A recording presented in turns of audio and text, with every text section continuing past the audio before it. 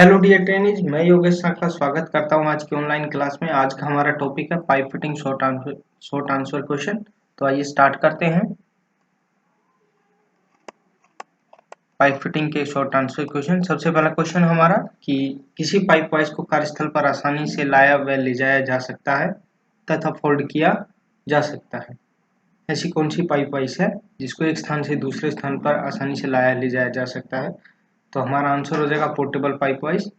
Question number 2, pipeline में अस्थायी जोड़ बनाने के लिए किस युक्ति का प्रयोग किया जाता है? तो ऐसी कौन सी युक्ति होती है कि जिससे पाइप में अस्थायी जोड़ बनता है? तो हमारा आंसर हो जाएगा यूनियन। क्वेश्चन नंबर 3, पाइप के सिरे को बंद करने के लिए सॉकेट के साथ किसका प्रयोग करते हैं? पाइप के सिरे को बंद करना है और एसेसरीज का नाम बताना है और सॉकेट के साथ लगेगी, तो सॉकेट के साथ में प्लग लगता है। क्वेश्चन नंबर 4, पाइप फिटिंग कार्यों में कौन कौन सी कार्यक्रिया की जाती है? तो पाइप फिटिंग कार्यक्रिया में पाइप को काटना, पाइप को बेंड करना, पाइप को जोड़ना, थ्रेडिंग आदि कार्यक्रियाएं की जाती है। क्वेश्चन नंबर 5, स्टीम के लिए किस धातु की पाइपलाइन का प्रयोग किया जाता है? या ये कहें हम भाप के लिए, तो इन सब के लिए हम रोट आयरन का प्रयोग करते हैं, रोट आयरन से बनी पाइपलाइन का। क्वेश्चन नंबर 6 हमारा, पाइपलाइन को समकोण पर मोड़ने के लिए किसका प्रयोग किया जाता है? यदि हमें पाइपलाइन को समकोण के ऊपर मोड़ना है तो हम वहां एल्बो का प्रयोग करेंगे। बेंड का भी करते हैं लेकिन एल्बो का हम ज्यादातर करते हैं, अधिक मात्रा में करते हैं इसलिए। क्वेश्चन नंबर 7, स्टॉप कॉक करने किस नाम से जाना जाता है? तो स्टॉप कॉक करने नाम बीप कॉक होता है। क्वेश्चन नंबर 8 होता है हमारा, पीने के पानी के लिए शीशे का पाइप का प्रयोग क्यों नहीं किया जाता? तो शीशे के पाइप का प्रयोग इसलिए नहीं किया जाता क्योंकि शीशे के पाइप में पानी जहरीला हो जाता है, पीने योग्य नहीं रहता। क्वेश्चन नंबर 9, पानी की टोटी में हेम पैकिंग का क्या कार्य होता है? ट्रेनीज हम जानते हैं कि जो हेम पैकिंग होती है वो नल में ऊपर की तरफ लगती है स्पिंडल के साथ में, और वो इसीलिए लगाई जाती है ताकि लीकेज ना हो, और यही उसका कार्य है, लीकेज से बचाव के लिए। क्वेश्चन नंबर 10 हमारा, पानी की टोटी से बूंद बूंद पानी टपकना कौन सा दोष होता है? पानी की टोटी से यदि लीकेज है पानी का तो उसमें वाशर की खराबी हो सकती है। दूसरा हम ये कहें कोई एक्स्ट्रा मटेरियल या पत्थर कंकड़ का कोई टुकड़ा फंस गया हो, तो इन सभी कारणों से टोटी लीकेज हो जाती है। क्वेश्चन नंबर 11 हमारा, नॉन रिटर्न वाल्व में कैसे सप्लाई होती है? नॉन रिटर्न वाल्व को शॉर्ट फॉर्म में एनआरवी भी कहते हैं और चेक वाल्व भी कहते हैं।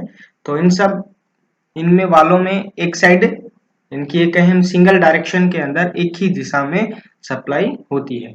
आंसर हो जाएगा हमारा एक तरफ। क्वेश्चन नंबर 12, पाइप पर कटी चूड़ियां किसके द्वारा चेक करेंगे? पाइप पर कटी चूड़ियों को हम थ्रेड रिंग गेज के द्वारा चेक करते हैं। ऑप्शन में यदि हमारे स्क्रू पिच गेज है तो कंफ्यूजन नहीं होना है, स्क्रू पिच गेज के द्वारा केवल चूड़ियों का पिच चेक होता है, नहीं कि उनका size. Question number 13, pipe wrench किस धातु का बना होता है?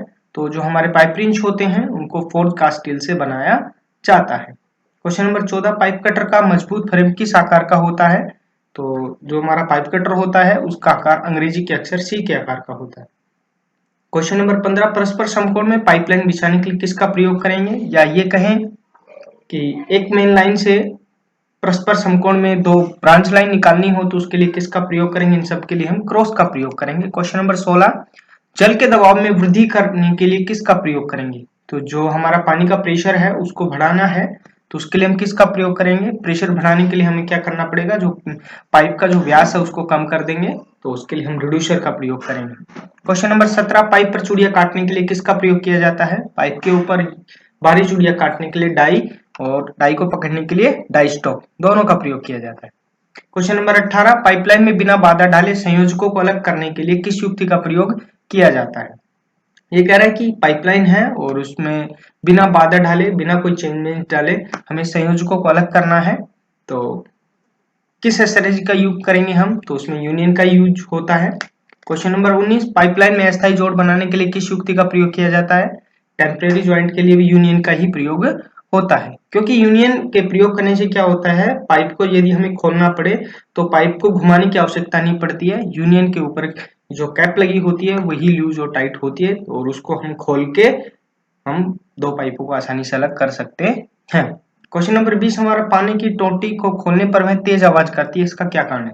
यदि पानी की टोटी खोलने पर तेज आवाज करती है तो उसके दो कारण हो सकते हैं। स्पिंडल का वाल्व ढीला हो सकता है, या जो स्पिंडल है हमारा वो बेंड हो गया, ये कहीं की टेढ़ा हो गया होगा, ये सब कारण हो सकते हैं उसके। क्वेश्चन नंबर 21, आरसीसी पाइपलाइनों का प्रयोग कहाँ किया जाता है? आरसीसी पाइपलाइन बोले तो सीमेंटेड पाइपलाइन, और इनका प्रयोग कहाँ किया जाता है? बड़े आकार के पाइपलाइनों में सीवरेज के लिए। ठीक है। क्वेश्चन नंबर 22 हमारा, स्टॉप वाल्व किस धातु के बने होते हैं? ये सब नॉन फेरस मेटल के यानी कि ब्रास गन मेटल के बनाए जाते हैं। क्यों बनाए जाते हैं? क्योंकि पानी से इसके ऊपर कोई फर्क नहीं पड़ता। जैसे माइल्ड स्टील के ऊपर क्या हो जाता है? कोरोजन, जंग लग जाता है, इसलिए इनको ब्रास गन मेटल यानी कि नॉन फेरस मेटल से बनाया जाता है। क्वेश्चन नंबर 23 हमारा 23 नंबर, चैन पाइप वाइज का प्रयोग किस साइज के पाइपों को पकड़ने के लिए किया जाता है? तो हमारा जो 3 पाइप वाइज हमने पढ़ी है, पहली हमारी साधारण पाइप वाइज है, दूसरी चैन पाइप वाइज है, तीसरा हमारी पोर्टेबल पाइप वाइज है। तो साधारण पाइप वाइज का साइज क्या होता है? अप टू 63 मिलीमीटर यानी कि 63 mm तक, और चैन पाइप वाइज का 63 से लेके 200 मिलीमीटर तक होता है। क्वेश्चन नंबर 24 हमारा, पाइप वाइज का साइज कहाँ से लिया जाता है? अभी उसका साइज था कितने साइज के हैं, और अब उसका साइज हम कहाँ से मापेंगे? यदि हमें कोई बताए कि आपको ये पाइप वाइज है और आप बताइए कितने साइज की है, तो उसको हम ये मापेंगे कि उसमें जो बांधने वाला जो पाइप है उसके अधिकतम व्यास से। ठीक है। क्वेश्चन नंबर 25 हमारा, कास्ट आयरन से बने पाइपों का प्रयोग किस कार्यों के लिए किया जाता है? तो कास्ट आयरन से बने पाइपों का प्रयोग हम बड़े व्यास की पानी की सप्लाई में करते हैं। क्वेश्चन नंबर 26 हमारा, कॉपर से बनी पाइपलाइनों का प्रयोग किस कार्य के लिए किया जाता है? तो कॉपर से बनी पाइपलाइनों का प्रयोग हम लुब्रिकेशन के लिए करते हैं, तेल की सप्लाई के लिए, स्नेहन की सप्लाई के लिए, यानी कि उत्तर में हमारा आ जाएगा स्टील इंजन में तेल की सप्लाई के लिए। क्वेश्चन नंबर 27 हमारा, तेजाब की सप्लाई के लिए किस धातु की पाइपलाइन का प्रयोग किया जाता है?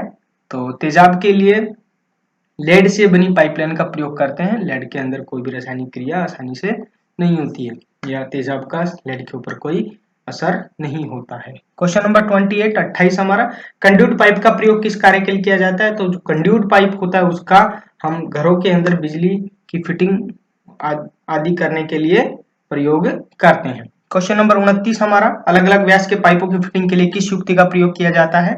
तो अलग अलग व्यास के दो पाइपों को यदि जोड़ना हो तो हम रिड्यूसर का प्रयोग करेंगे। क्वेश्चन हमारा 30, लास्ट क्वेश्चन हमारा, 3 समान व्यास के पाइपों को जोड़ने के लिए किस युक्ति का प्रयोग करेंगे? 3 समान व्यास के पाइपों को हम जोड़ रहे हैं तो वहां हम टी का प्रयोग कर सकते हैं, और दूसरा वाई पीस का प्रयोग कर सकते हैं। वाई पीस का मैंने बताया था, आपको डायग्राम दिखाया था अपनी पाइप फिटिंग के वीडियोज में, कि जब एक मेन लाइन से 45 डिग्री एंगल के ऊपर यदि एक ब्रांच लाइन निकालनी हो तो वो वाई पीस का प्रयोग करते हैं। तो थैंक्स फॉर वाचिंग ट्रेनीज, ये हमारे पाइप फिटिंग के शॉर्ट आंसर क्वेश्चन है। 30 क्वेश्चन है, इसी में किसी को कोई कंफ्यूजन होता है तो कमेंट बॉक्स में जरूर लिखिएगा, और मुझे इंतजार रहेगा आपके क्वेश्चन का।